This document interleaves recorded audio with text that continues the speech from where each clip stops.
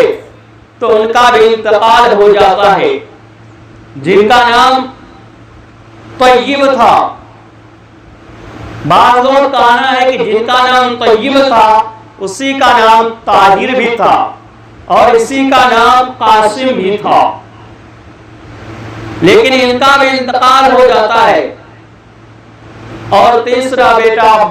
جو ہے ابراہیم، یہ بچ جاتے ہیں کہ ولادت ہوتی ہے، اچھے بڑے ہوتے ہیں۔ سیرت نگاروں نے لکھا ہے کہ 7 یا 8 سال کے جب ہوتے ہیں اتفاق سے ان کا بھی انتقال ہو جاتا ہے۔ جب انتقال ہو جاتا ہے، یہ آپ کا آخری بیٹا تھا، جب ان کا انتقال ہو گیا، کفار مکہ کے اندر کافی کوہرام مچ جاتا ہے، مشرکین کافی جشن مناتے ہیں، آپ کو آرے ہاتھ لے لیتے ہیں، چراتے ہیں کہ محمد ابتر ہو گیا۔ عربی میں ابتر کا معنی ہوتا ہے جس کو کوئی نرینہ اولاد نہ ہو، جس کو کوئی لڑکا نہ ہو، اس کو ابتر بولا جاتا ہے کہ آگے ان کا اور نسل چلنے والا نہیں ہے، ان کو جو کچھ بھی کرنا ہے اپنی حیات میں کر لینے دو۔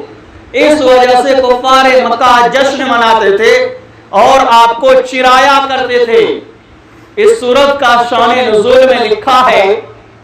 کہ عاصم بن وائل ایک مکہ کا بہت بڑا کمبخت تھا، مکہ کا بہت بڑا ظالم تھا، جو سب سے پہلے نبی کے سامنے آتے ہیں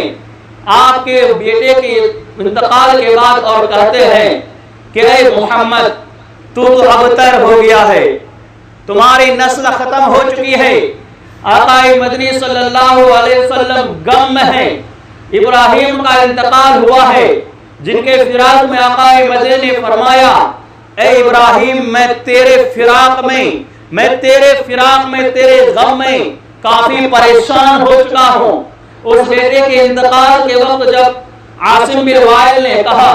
نبی کو کتنی تکلیف پہنچی ہوگی، جب نبی کو تکلیف پہنچتی ہے تو خدا کو برداشت نہیں ہوتا ہے، خدا کا عرش ہلنے لگتا ہے۔ خدا نے کہا کہ محمد، یہ کفار مکہ تم کو ابتر کہہ رہے ہیں، اے میرے محبوب یہ ابتر کہہ رہے ہیں، یہ کہہ رہے ہیں کہ تمہاری نسل نہیں چلے گی، یہ کہہ رہے ہیں کہ محمد کا اب جو ہے نسل بند ہو جائے گا، اس لیے کہ محمد کا نرینہ اولاد نہیں ہے، محمد کا اب کوئی لڑکا نہیں ہے، اس لیے محمد کے مشن کو آگے کون بڑھائے گا، محمد کے کام کو آگے کون کرے گا، محمد کی شریعت کو آگے کون بڑھائے گا، محمد کی کتاب کو آگے کون لے کر جائے گا، محمد کے نماز کو آگے کون لے کر کے جائے گا، محمد جو اپنے دین کا تبلیغ کر رہا ہے اس کے دین کو آگے کون بڑھائے گا۔ رب نے کہا کہ میرے نبی، تو گھبرانے کی بات نہیں ہے، جو تم سے یہ کہہ رہا ہے کہ محمد ابتر ہو گیا ہے،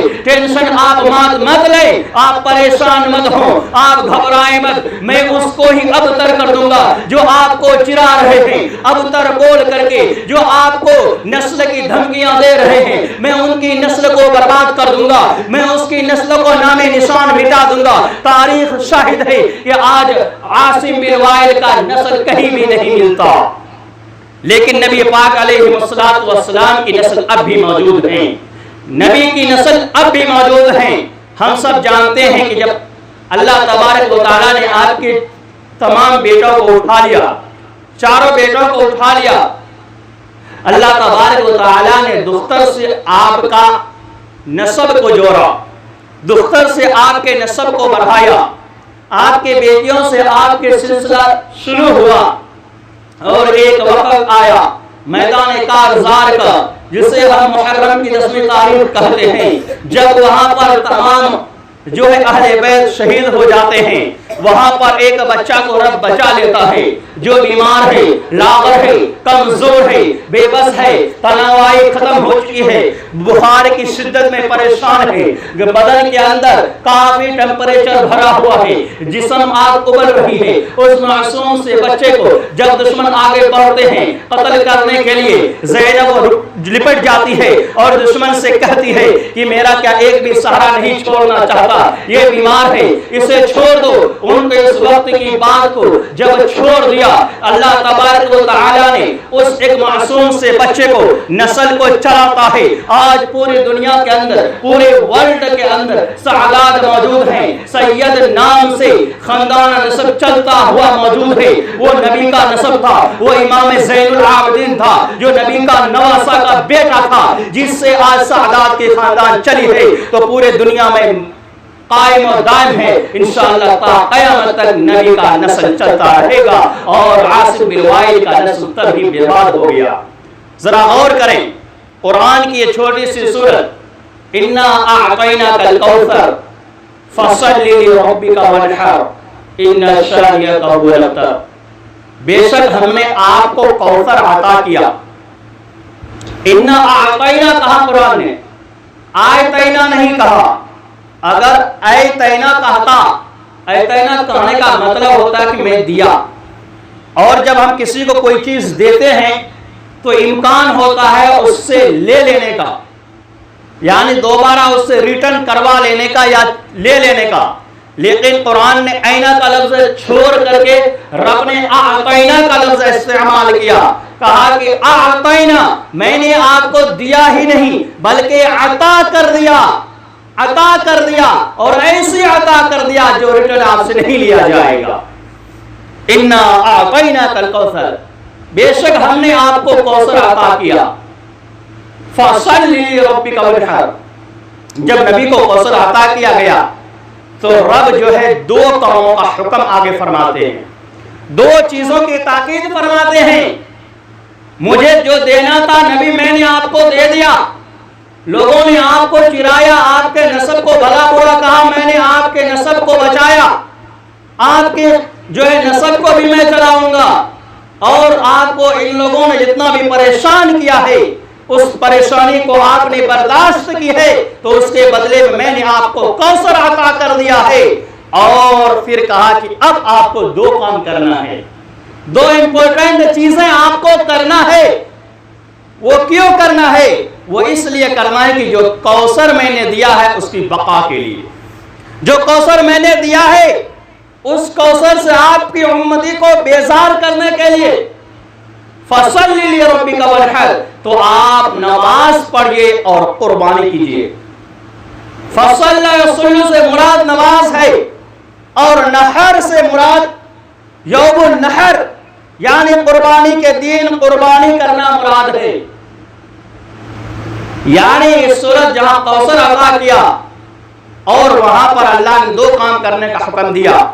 اب ہم تمام امتیوں کو ضروری ہے کہ نبی کو جو کوثر دیا گیا ہے اس کوثر کا پانی پینا چاہتے ہیں، اور قیامت کے دن حشر کی میدان کی تپش سے ہم بچنا چاہتے ہیں، حشر کی میدان کی پیاس سے بچنا چاہتے ہیں، تو ہمیں دنیا سے دو کام کر کے جانا ہوگا، خدا کو راضی کر کے جانا ہوگا، اور یہ دو کام جس کا ذکر رب نے قرآن کے اندر فرمایا ہے، فَصَلِّ لِرَبِّكَ وَانْحَرْ، پہلے نماز کی پابندی کرنی ہوگی، اپنے وقت کو فارغ کرنا ہوگا، 5 ٹائم خدا کے سامنے اپنے جبین نیاز کو رگڑنی ہوگی، خدا کے سامنے سر کو جھکانا ہوگا، خدا کی عبادتیں کرنی ہوگی، خدا کو راضی کرنا ہوگا، نبی کے طریقے پر اپنی زندگی کو لانا ہوگا، نبی کے طریقے پر اپنے زندگی کو گامزن کرنا ہوگا۔ اگر آپ نے نماز کی پابندی کر لی ہے، نبی کے طریقے کو پکڑ لیا ہے، اور آپ نے جب موقع ملا ہے قربانی کا دن آئے،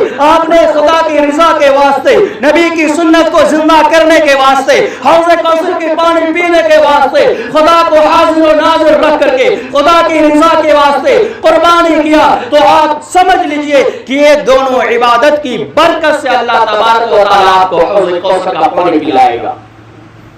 حوض کوثر کا پانی پلائے گا۔ اور وہ ایسا ویسا حوض نہیں ہے، کہ جو آئے پیے چل دیے۔ روایت کے اندر آتا ہے کہ جب اللہ کے نبی صلی اللہ علیہ وسلم کو میدان حشر میں حوض کوثر عطا کی جائے گی، امت محمدیہ گروپ در گروپ آئیں گے، گروپ در گروپ آئیں گے اور پانی پئیں گے۔ نبی اپنے ہاتھ سے، ایک روایت کے اندر ہے کہ نبی خود اپنے ہاتھ سے پانی ڈال ڈال کر دیں گے، اپنی امت کو پلائیں گے۔ ایک روایت کے اندر ہے کہ فرشتے پلائیں گے پانی، فرشتے پانی پلائیں گے، اور اسی بیچ ایک جماعت آئے گی، ایک گروپ آئے گا، وہ بھی چاہے گا کہ میں بھی حوض کوثر سے پانی پی لوں، مجھے بھی حوض کوثر کا ایک گلاس پانی مل جائے، میں بھی نوش فرما لوں۔ جب وہ قریب آئے گا، جب اور قریب آئے گا، فرشتے کہیں گے کہ پیچھے ہٹ جا، پیچھے ہٹ جا، پیچھے ہٹ جا، پیچھے ہٹ جا، تمہارے لیے پانی نہیں ہے، تمہارے لیے کوثر کا پانی نہیں ہے۔ آقا مدنی فرشتے سے فرمائیں گے کہ کیوں اسے پیچھے کر رہے ہو؟ تو فرمائیں گے یہ نافرمان امت ہے، یہ نبی نافرمان ہے، یہ اللہ نے جس چیز کا اسے دنیا میں حکم دیا تھا اس چیز کی تکمیل نہیں کیا ہے، اس وجہ سے اسے رب حوض کوثر کا پانی نہیں پلائے گا۔ نبی بھی کہیں گے پیچھے ہٹ جا، پیچھے ہٹ جا، پیچھے ہٹ جا۔ ذرا سوچنے کا مقام ہے، حشر کی میدان میں جب پوری امت حوض کوثر کا پانی پی رہا ہو، نبی اپنے دست مبارک سے پلا رہے ہوں، ماں اللہ کے معصوم مخلوق فرشتے پلا رہے ہوں، اس وقت ایک جماعت کے ساتھ فرشتے فرمائیں گے پیچھے ہٹ جا، پیچھے ہٹ جا۔ پھر فرشتے سے نبی پوچھیں گے، پھر فرشتہ بتائیں گے کہ یہ آپ کی امتی تو ہے لیکن آپ کی نافرمانی کرتا تھا، خدا کی نافرمانی کرتا تھا، آپ کی سنتوں کا جنازہ نکالتا تھا، اس وجہ سے اسے حوض کوثر نصیب نہیں ہے۔ اللہ کے نبی بھی فرمائیں گے پیچھے ہٹ جا، پیچھے ہٹ جا، پیچھے ہٹ جا۔ میرے بھائیوں سوچنے کا مقام ہے، اللہ سے دعا کرے کہ اللہ تعالیٰ پیچھے ہٹوں میں ہم سب والوں کا نام نہ آئے۔ اللہ سے دعا کیجئے کہ اللہ ہم سب کا نام جو ہے پینے والوں میں عطا فرمائے، پیچھے ہٹنے والوں میں ہم سب کا نام نہ لکھے۔ روایت کے اندر آتا ہے کہ جب قیامت قائم ہوگی، تمام انبیاء علیہ السلام کو اللہ ایک حوض عطا فرمائیں گے۔ تمام نبی کو، جتنے نبی دنیا میں آئے ہیں، تمام نبی کو ایک حوض عطا فرمائیں گے۔ تمام نبی اپنی اپنی امت کو اپنے اپنے حوض سے پانی پلائیں گے، لیکن ہمارے نبی کو جو حوض عطا کرے گا وہ حوض کسی اور نبی کو نہیں ہوگا۔ حوض کوثر ایک جنت کے اندر ایک نہر ہے، ایک بہت بڑا نہر ہے۔ جنت کے اندر مشہور و معروف 4 بڑے بڑے نہریں ہیں، ان میں سے ایک نہر کا نام حوض کوثر ہے، وہ ہمارے نبی کو عطا فرمایا۔ اور پھر آگے قرآن کہتا ہے اِنَّ شَانِئَكَ هُوَ الْأَبْتَرُ، کہ بے شک آپ کا امت، بے شک آپ کا دشمن جو آپ سے دشمنی کرتے ہیں، جو آپ سے چیرتے ہیں، جو آپ کو طعنہ و تشریح دیتے ہیں کہ محمد کا نسل نہیں چلے گا، اِنَّ شَانِئَكَ هُوَ الْأَبْتَرُ، کہ بے شک اس کی نسل نہیں چلے گی، یعنی وہ رہ جائے گا دم کٹا ہوا، بالکل ختم، اس کی نسل آگے نہیں چلے گی، ان تک ہی ان کی نسل جو ہے بند کر دی جائے گی۔ اور دنیا نے دیکھا اور تاریخ شاہد ہے کہ عاصم بن وائل نے نبی کے خلاف سب سے پہلے طعنہ دینے والا، سب سے پہلا شخص تھا جنہوں نے نبی کو ابتر کہا تھا، ان کی نسل برباد ہو گئی۔ مفسرین فرماتے ہیں کہ عاصم بن وائل کو 4 لڑکے عطا فرمائے تھے، 4 لڑکا دیا گیا تھا، لیکن عاصم بن وائل کے 4 بیٹے نبی کے اوپر ایمان لے آئے تھے، 4 بیٹے مسلمان ہو چکے تھے۔ جب 4 بیٹے نبی کا تعریف کرنے والے ہو گئے تو وہیں پر عاصم بن وائل کا خاتمہ ہو گیا، ان کی نسل ختم ہو گئی۔ اس لیے کہ اگر بیٹا مسلمان ہو جاتا ہے، باپ کافر رہتا ہے، تو ایسے بیٹے کی دعا جو ہے باپ کے لیے کارگر نہیں ہے۔ اس لیے کہ جب حضرت ابراہیم علیہ السلام کو گھر سے نکالا گیا، گاؤں سے نکالا گیا، ابراہیم نے رب سے وعدہ کی، کہا اے میرے اللہ میرے والد کی مغفرت فرما دیجئے۔ رب نے نبی کی تنبیہ کے طور پر فرمایا تھا کہ اے ابراہیم تم ایسے شخص کے بارے میں مغفرت کی دعا نہ کر جو میری نافرمانی کرتا ہو، جو مجھے نہ مانتا ہو، نبی کو تاکید دی جا رہی ہے کہ باپ کافر ہے تو اس کے واسطے مغفرت کی طلب نہ کر۔ اور اسی پر بس نہیں، کئی نبیوں کو اس چیز کو رب نے تنبیہ کی، آگاہ کیا ہے۔ حضرت نوح علیہ السلام کے بارے میں ہم سب جانتے ہیں کہ جب حضرت نوح علیہ السلام اپنے کشتی پر سوار ہیں، طوفان آیا ہوا ہے، آپ کا ایک بیٹا جو ہے طوفان میں تیر رہا ہے، بیٹے سے کہتا ہے کہ بیٹا تو آجا، میرے کشتی میں سوار ہو جا، تو بچ جائے گا۔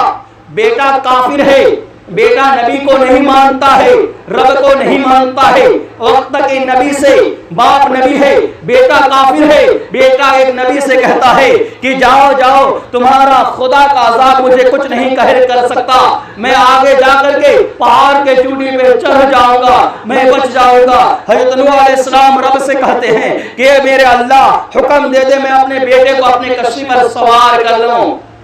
رب تنبیہ فرماتے ہیں، کہتے کہ نوح، وہ تمہارا بیٹا تو ہے لیکن وہ تم میں سے نہیں ہے، مسلمانوں میں سے نہیں ہے، اس وجہ سے تم اس کے واسطے کچھ بھی دعا کرو، دعا قبول نہیں ہو سکتی۔ میرے بھائیو، بہت وقائف قرآن کریم کی چھوٹی سی سورت کے اندر امت کو ایک پیغام دیا، رب نے نبی کو ایک پیغام دیا، اِنَّا أَعْطَيْنَاكَ الْكَوْثَرَ، بے شک ہم نے آپ کو حوض کوثر عطا کیا، فَصَلِّ لِرَبِّكَ وَانْحَرْ، تو آپ نماز پڑھیے اور قربانی کیجئے، إِنَّ شَانِئَكَ هُوَ الْأَبْتَرُ، بے شک آپ کا دشمن رہ گیا دم کٹا ہوا، یعنی آپ کی دشمن کی جو ہے نسب ہے وہ ختم ہو چکی ہے۔ اب جو ہے جو لوگ طعنہ تشنیع کرتے تھے وہ ختم ہو گئے، اور دنیا کے اندر کسی کا نسب باقی رہے گا تو وہ آپ کے نسب کو باقی رکھیں گے۔ اسی وجہ سے میرے بھائیوں، ہمیں جو ہے نبی کی سنتوں کو عمل کرنے کی ضرورت ہے، نبی کی سنتوں کو زندگی میں لانے کی ضرورت ہے، اور نماز کی پابندی کرنے کی ضرورت ہے، اس لیے کہ جہاں پر رب نے قربانی کا حکم فرمایا ہے وہیں پر نماز کا حکم فرمایا ہے۔ اسی وجہ سے ضرورت اس بات کی ہے ہم نے قربانی کر کے رب کو جو ہے خوش کر لیا، رس کو عبادت کیا، عید الضحیٰ عید الفطر کی نماز پڑھ کے خدا کا شکر ادا کیا، تو ہم اب نماز پڑھ کے خدا کو راضی کرنے کی ضرورت ہے، نماز پڑھ کے خدا کو راضی کرنے کی ضرورت ہے، اور قربانی کر کے جنت میں داخلے کی سوائی بنانے کی ضرورت ہے۔ اللہ سے دعا کریں کہ اللہ تبارک و تعالی ہمیں بھی اور آپ کو بھی کہنے سننے سے زیادہ عمل کرنے کی توفیق سعید عطا فرمائے۔